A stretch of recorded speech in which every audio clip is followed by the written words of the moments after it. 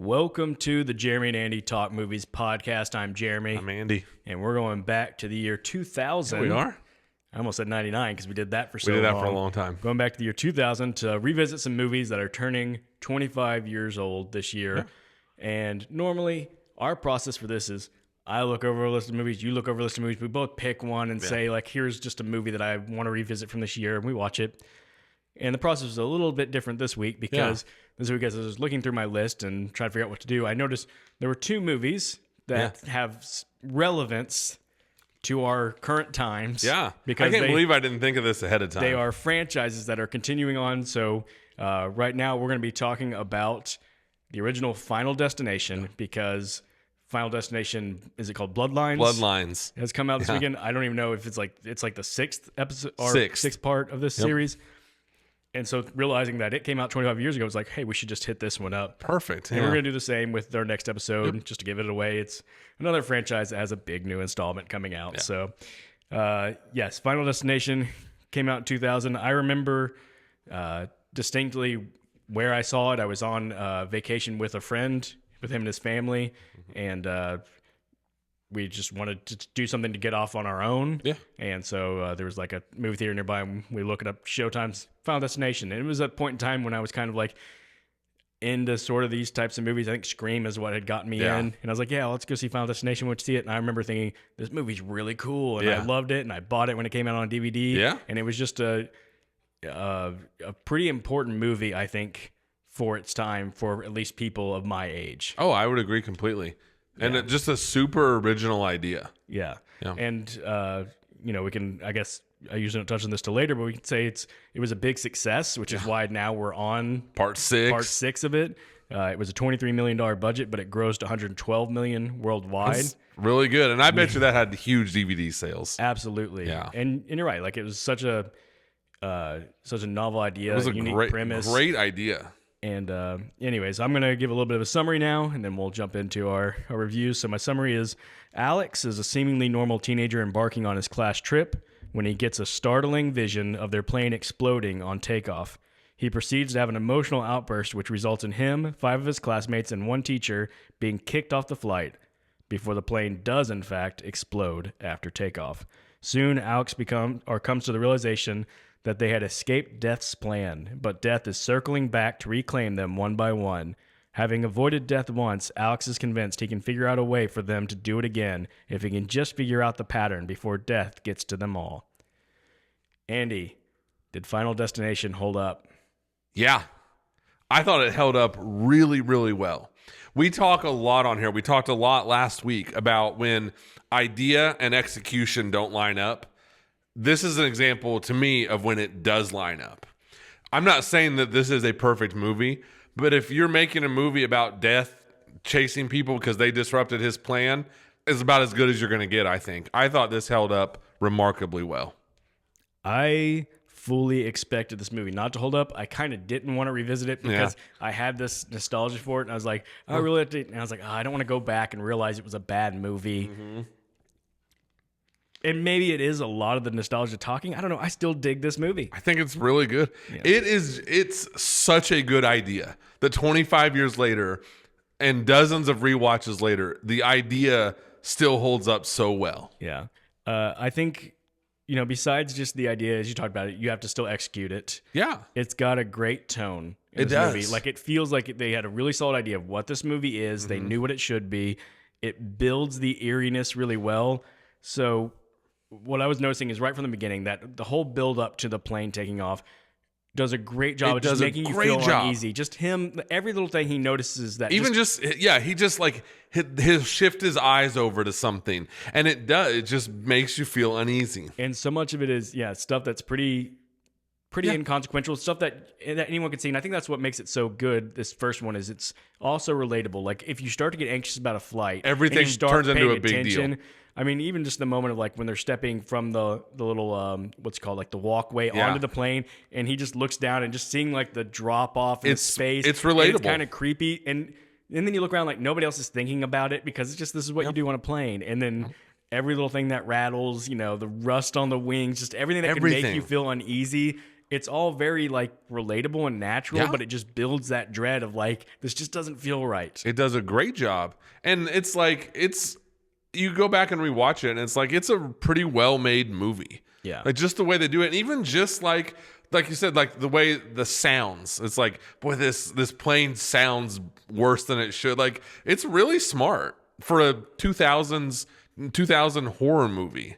You Yeah. know, it's really, really well done. And I was going to say the exact same thing. That first 5 minutes or so just does a great job.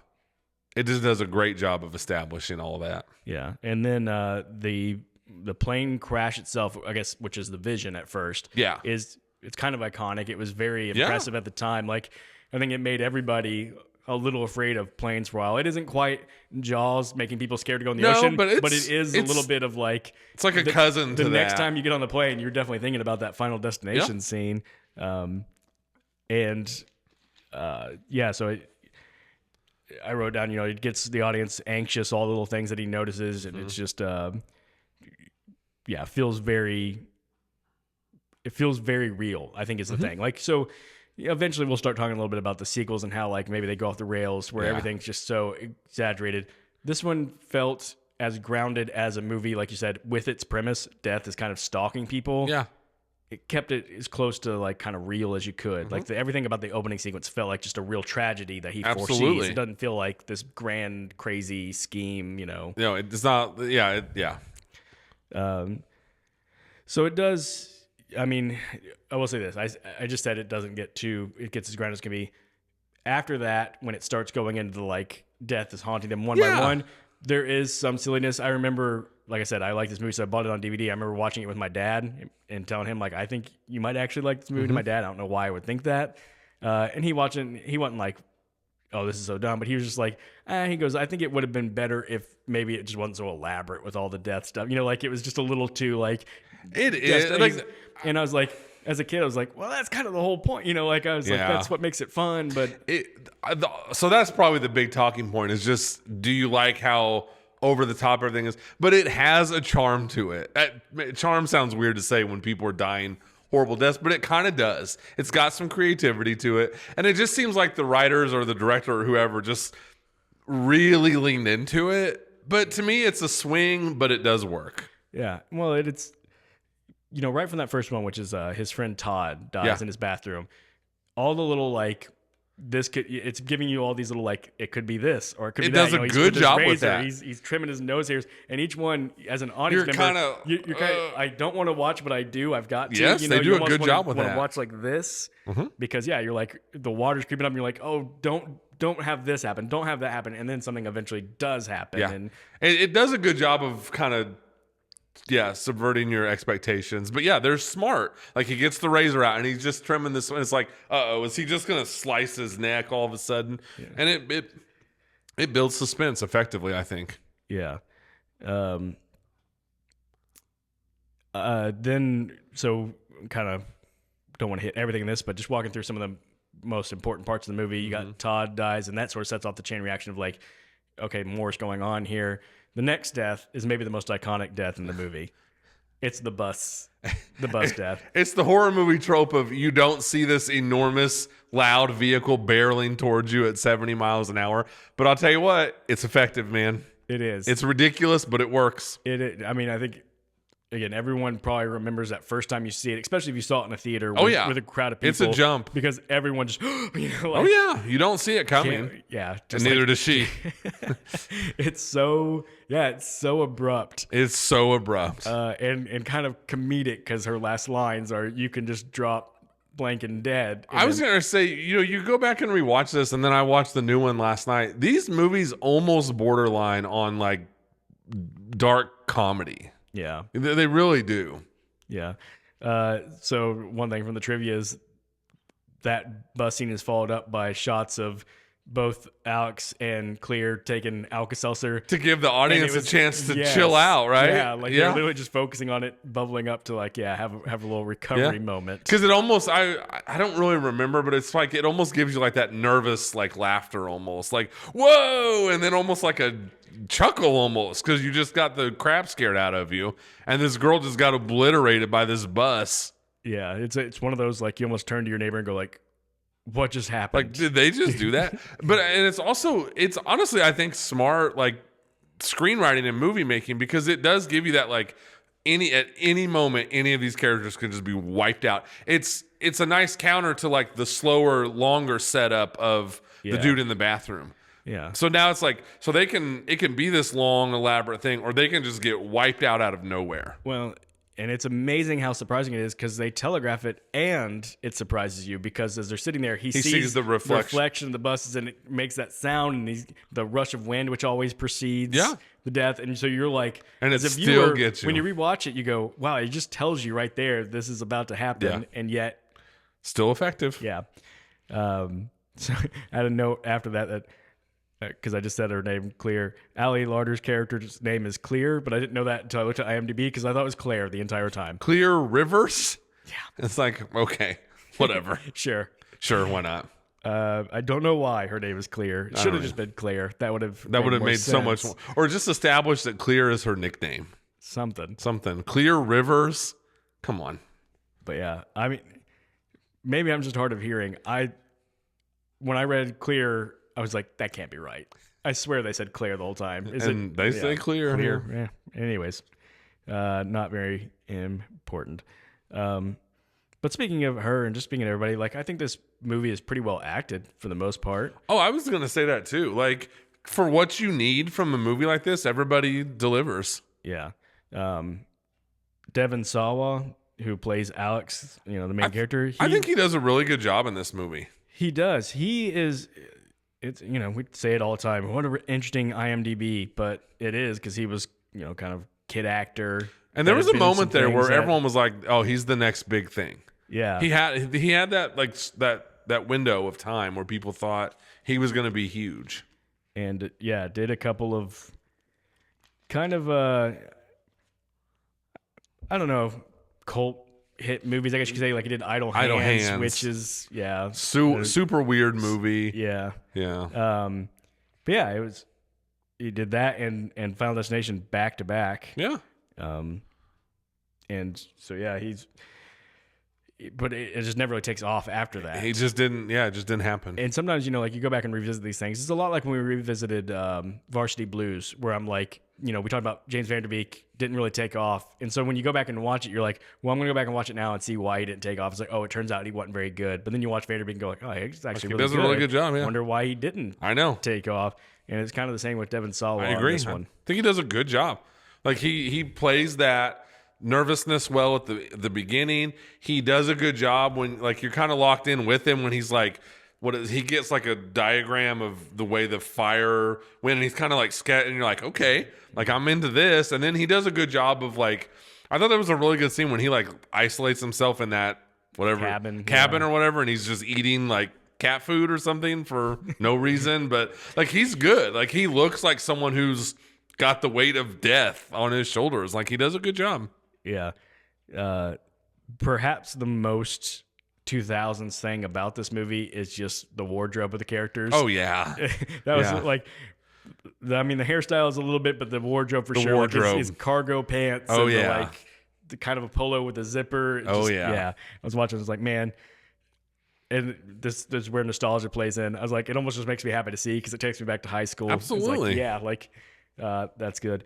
Ali Larder, who's maybe the most recognizable face in this movie. Not that she had a great career. No, but I mean, coming off Varsity Blues and she's solid in this movie. She's always solid. She's another one I'm kind of curious why her career wasn't a little more than it was. I am too. She's kind of back now because she's in that show Landman. Yeah. But she's like rewatching Varsity Blues and this is like, man, she's really likable and she does a good job. Yeah, and talk about playing two totally different parts. Yeah. It's like, hey, do you need me to be like the popular, hot, pretty girl? I can do that in Varsity Blues. You need me to be the more like strange, I'm on the she nails fringes, it both. Like, she does a good job. I think they did a really good job in this movie too of like writing the characters and like how they react to Devon Sawa's character. Like the teacher's like, stay away from me. I don't trust you. I don't like she's scared of him. Yeah. Like Sean William Scott's kind of like, man, I believe you. Like I thought that, like, not that it's like Oscar winning screenwriting, but they do a good job of like just the different dynamics of how people now feel about his character. You know, because it's like there's people that are, it's like this guy had something to do with it. There's people that are scared of it. And there's people that are like, hey, man, I believe you. Yeah, it really does do a great job with everybody's reaction to it, right down to the police, where it's like they're very suspicious of him, but they're also like, we don't really think he did it because We know you couldn't have pulled this off. Goofy teen. But you're very much involved. Yeah, it's so smarter than it probably needs to be for a movie like this. right. So I've got two things to play off of what we just said that go in different directions. So I'm trying to decide which one to do first. I guess sticking with the casting, it cannot be overstated how strange it was in the year 2000 to see Stifler in this movie. Dude. And for him to be he's a doofus in this movie. Such a doofus. Yeah.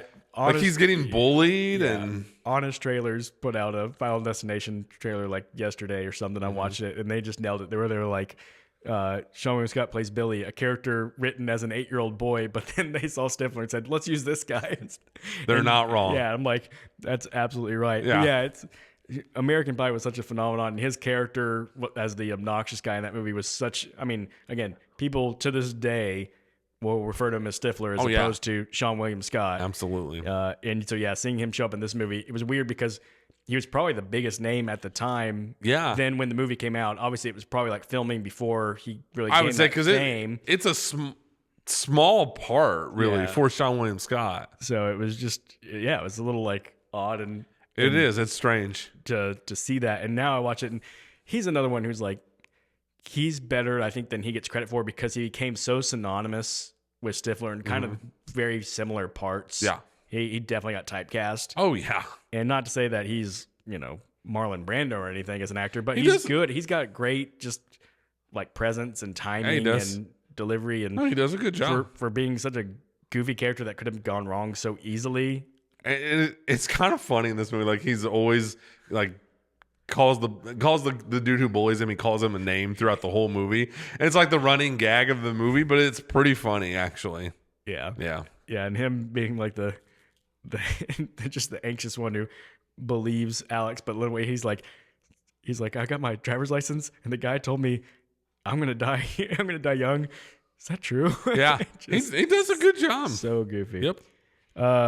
Another thing that was just very different, hit differently in 2000 than it would maybe now is Tony Todd being the creepy mortician that's there for exposition to talk about death. My gosh. But in 2000, everyone's going, Candyman just showed up in the movie. So I'll say this. If you're going to put someone in there just to spout exposition in a movie like this, Tony Todd's kind of perfect. He was, yes. His voice alone.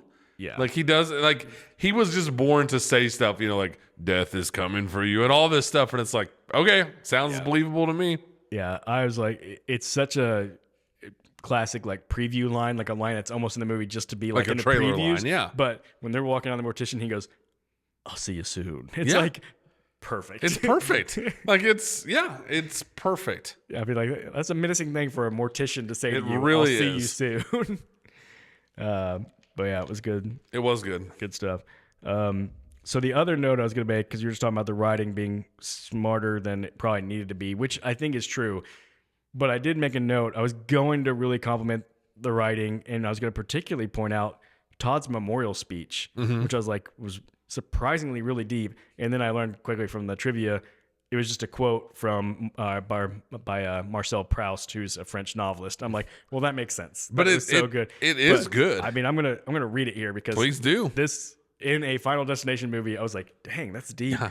So he says, we say that the hour of death cannot be forecast, but when we say this, we imagine that the hour is placed in an obscure and distant future.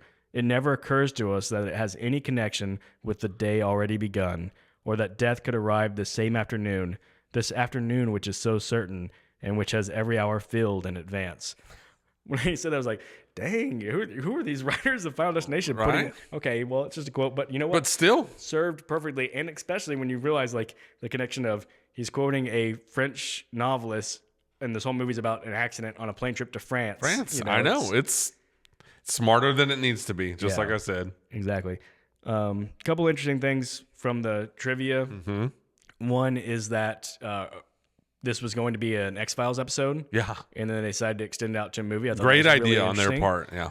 The other is that originally the idea was it was going to be just 7 strangers, and then because the like teen slasher was 'Cause such of a big Scream, genre, once again. yeah, exactly. The influence of Scream, they decided to make it in like the senior class, which I think actually worked better. I think did it would have too. been weird if it was just 7 strangers. Also, it's weird to imagine what is this movie like if it's just 7 adults. Yeah. I mean, you kind of get that later on in some of the other movies where it is more of a random pairing of people. But no, it was a great call, I think, to have them be interconnected like they are. Yeah. And then it was originally called Flight 180. And then they decided to change the name because they thought it would just call to mind too many other like airplane movies that it could get confused with. But 180 becomes a prominent like thing throughout the movie. They show like the number 180 a lot, which is funny. I didn't even really think about it until I was reading the trivia. I was like, yeah, I guess you see it several times. And then realizing it's all reference to a title that doesn't even exist now. And then apparently they carry that theme on throughout the rest of the Final Destination series, that 180. I was like, that's And neat. Final Destination, great title for a horror movie. Yes. In my opinion. Yeah, that really is. Yeah. It not just a great title for a horror movie, but it ties in perfectly with this particular Absolutely horror movie. does. You know, it shows up in the movie just on the luggage tag is the only place that you see it or hear it referenced, but it works perfect. I mean, we haven't even really talked about, I guess, beyond the first couple of deaths, that it really picks up pace when Alex figures out, that pattern of they're dying in the same way, in the same order they would have on the plane. That's good stuff. And they realize that if you intervene, it can skip that person. Right. And that's kind of how you get to the climactic part of the movie is he thinks he's next. And so he's hiding out in that cabin like you're talking about. And then he has the revelation that, in my vision, I switched seats. Yeah, but but in I real never life, actually- I never actually did. Yeah. So Clear, sorry. I said Clear. Clear See? is next. Right. Clear as day. Clear's next, so I got to go save her. And everything comes together. It's actually, like I said, very well built up and propulsive because then the cops are showing up to arrest him. He's running from the cops, trying to get to her. And it all makes sense. It all flows really well. It's very like high energy at the end. It is. And I got to say, there's a moment that was very impressionable on me that I've talked about a few times, like things that I saw that I wanted to like incorporate and everything. For whatever reason, the scene where he's running from the cops in the woods and he tumbles down the hill and he catches himself right before a branch like impales really his cool. face. Really cool. And I was like, I wanted a moment like that and everything Yeah. that I wrote where somebody, is running, has to fall and then catch themselves It's cool. this close to impaling. And it's just, the movie is smart when it just does little stuff like that. It's like, man, death is just everywhere. Like, it's good stuff. Yeah, it really does like make you go like everything around me is designed to kill me. Yeah. It does a good job. I also think this movie does a really good job of, like, it has this ridiculous premise of like death and stuff, but every rule they establish or every like revelation Alex has, it's easy to understand. As an audience member, you're like, okay, like I understand the logic of this movie. Because that's something we've talked about with some other horror movies where it's just like, okay, so you can just do anything and whatever, and you just make up your own rules. Everything that they make up in this movie, you're like, you know what? That kind of makes sense. Yeah. They do a good job with that. Yep. So the movie kind of, so the like sort of main conflict ending, the climax of the movie is Alex intervening to save Claire, grabbing onto this electrical cable so she can get out of a car right before it blows up, but it blows him away from the cable. And it does the classic thing of cut away where you're not sure of his fate until the next scene. All that I thought was well done. That was well done. And pretty cool. Did you see where originally they had him die? Yes. I was And gonna then say, like they had a baby together. there was a whole sort of plot line where it's in the movie you get the sense of like there's chemistry But between they these two really and lean like each into other, it but, more. they actually film stuff where She's it plays pregnant. out and he does exactly sacrifice himself and die, and then the regular ending is just kind of a regular ending. Yeah. I definitely think it was a good job to pivot the way that they did. I think so too. I mean, it's always easier to say after the fact. Once you've seen a movie and you like it, it's hard to imagine them going. It's hard to different imagine way. any other way, yeah. But I mean, I think the ending again is iconic because then it cuts to them 6 months later. They go to It's a Paris, cool ending. and a little silly. The one thing I will say about this movie is it is definitely, like I said, it moves because of that. by the ending when they're in Paris and Alex is like, just one more thing I can't figure out. I was like, dude, this dude I'd never like in the whole movie, pretty much all he does is obsess about Yeah. this whole death thing. I'm like, it hadn't even occurred to me until we're like 6 months later and it's still all he's doing. Yeah. Doesn't seem like it'd be a fun hang. Yeah, it's okay. It makes the movie go by quick. They didn't feel like, well, we've got to explore all these other sides to his personality. It's very just that's who he is, and I didn't even really think of it until that ending. Yeah. But yeah, we get the great like several things almost happened to him. Interference as what's his name, the bully. I don't even remember his name in the movie. Dives and knocks it's a great closing sign. shot of that giant sign. Carter is his name. Yeah, Carter, yeah. And him going, so who's next? And then the sign, yeah, exactly, and stop and like cut to credits right as it. And I will say, I really don't like when horror movies do that. Like the very last second, like, oh, we got you. But it for this movie and for this series, I do think it works. Yeah. And I think it's this is gonna sound terrible. It's kind of like not a total bummer ending because Carter was. Yeah, you kind of want to see him. The jerk that the whole movie. So you're not like, oh man, at the very end, then they killed the guy I loved. Yeah, it's kind of like, that guy had it coming. Yeah. So, it's funny to say. This movie was directed by James Wong, not to be confused with James Wan. I know, right? Throwing that out there to people who direct horror movies. James Wong has not actually done a ton of stuff. He doesn't have the best IMDb. He does not. He did The One after this, which was a Jet Li movie with, I think Jet Li and Jason Statham were in the movie. It was like a multiple versions of yourself. I remember seeing it in theaters and just being like, this movie is so bad. Yeah. He did Final Destination 3. Not sure why. The classic, like, skip 2, but come back for 3. Yeah. And then he did Dragon Ball Evolution, which is one of the most famous bad movies ever. Yeah. Never watched it, but yeah. Same. And then it had three credited writers. It One had of them at being least the director, 3. and then I think two other people. And again, those two other people, not much Yeah. to talk about. There was nothing. I was like, oh, they did this. It's a lot of TV, a lot of other smaller kind stuff. of peaked with this. Yeah. Yeah. They peaked with choosing the right Proust quote to put in a memorial. Yeah. So, yeah. Well, we mentioned a little bit about how this spawned a lot of sequels. I'll be honest, Final Destination 2 was as far as I went with the series. And 2, I remember being like not terrible. It's kind of classic sequel where like it's not as good. It gets a little like cornier, but it had some very memorable points. And the highway accident scene is of course iconic. It's really, really well done. Maybe the most iconic thing from the whole series is we talked about how it made you a little nervous after the first one getting on planes. It definitely, anybody who's ever seen that movie and then rides on the interstate behind, the logs on a truck. I still see about that. Memes and stuff about that to this day. Yeah. Where it's like, if I see this, I'm not getting on the road. Yeah. Yeah. So Andy, did you keep up? I've kept up with the Final Destination series. Geesh, I don't even know what to say. They basically just keep remaking the same movie over and over again. They're all financially successful. I've never watched one and been like, okay, we've jumped the shark. Like, there's something to enjoy in all of them. And I will say one thing that the series as a whole does do well is kind of like the beginning of this one. It finds the little anxieties we have about stuff and, of course, draws them out to the extreme. Mm-hmm. I think part 5, I think, is like a bridge collapsing. Well, who hasn't worried about that at some point or another? Or even within the deaths themselves, they find some creative ways. I mean, they get more and more ridiculous, and then they up the violence, and some of them are just kind of like, well, that was gross. Like, that was just gross. But, they're kind of a guilty pleasure.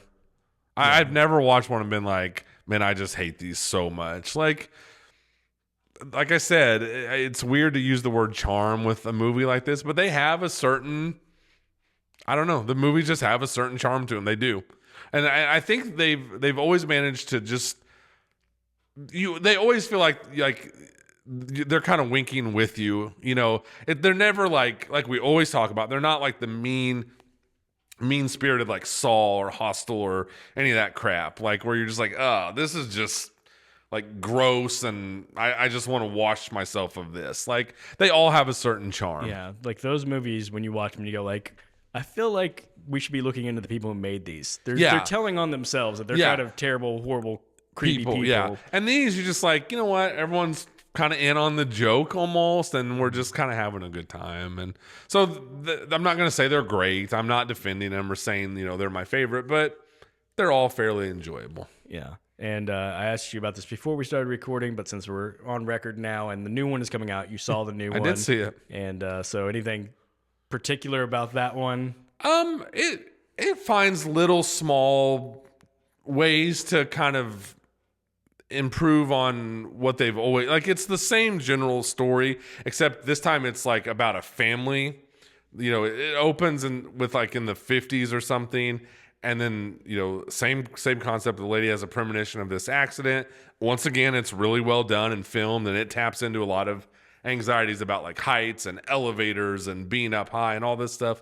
And then it's like, oh, she saved the day, and now like death is having to go back and take out this whole family because she was never supposed to live. And it's basically the same thing, but they just find some little twists. And, once again, it really balances well, like with the gore, but this is so absurd, you kind of just have to laugh at it, and I did not mind it. I don't think we really needed another Final Destination movie, but we got it, and it was fairly enjoyable, and it's making big money, so I would expect there'll be another one. It's going to keep going. It's going to have the biggest opening weekend of any Final Destination so far. That's wild. So it is wild, but it's another win for theaters. Yeah. So that does make me happy. They're saying it could reach up to 50 million this weekend. That is incredible. That's so clearly there's a demand for these movies. Yeah. People like this series. It's clearly a demand for these movies, or just, I hope just a demand for movies in general. I hope so. And, we talked about this before. I put out a short about it just today. A24 and the movie Friendship, they got to be kicking themselves. Yeah. For the fact that, again, they wasted these windows. Now, maybe it wouldn't have competed with the new Final Destination. Maybe it wouldn't have. And maybe they thought that's too embarrassing. Let's let it die under much more justifiable causes. I don't know. But, yeah. Maybe I need to go back and watch a few more of these Final Destinations. I don't know. I think the nice thing about the series, is that if I wanted to go watch the new one, I would imagine it doesn't matter at all that I haven't seen 3 through. It does not matter at all. Yeah. It does not matter. If you're bored someday, and it, like this new one, it's an hour and 50 minutes. It knows what it is. Like it just gets right into it immediately. It just wastes no time. Very like forward moving, just like we were talking about with this one. You know what? I had a pretty good time with it. All right. Well, good. Well, that'll wrap up this one as we talk about Final Destination. I would ask where we should put Uncle Chip, but Uncle Chip is in The Monkey, which is just Oz Perkins' version of Final Destination. That's exactly right. So it's not even relevant. Yeah. So we'll be back very shortly for us again. Yeah. To talk about, like we said, another new installment in a much bigger, much more significant to us franchise. Yeah. So we talk about Mission Impossible 2. Oh, yeah. Please join us then. Absolutely.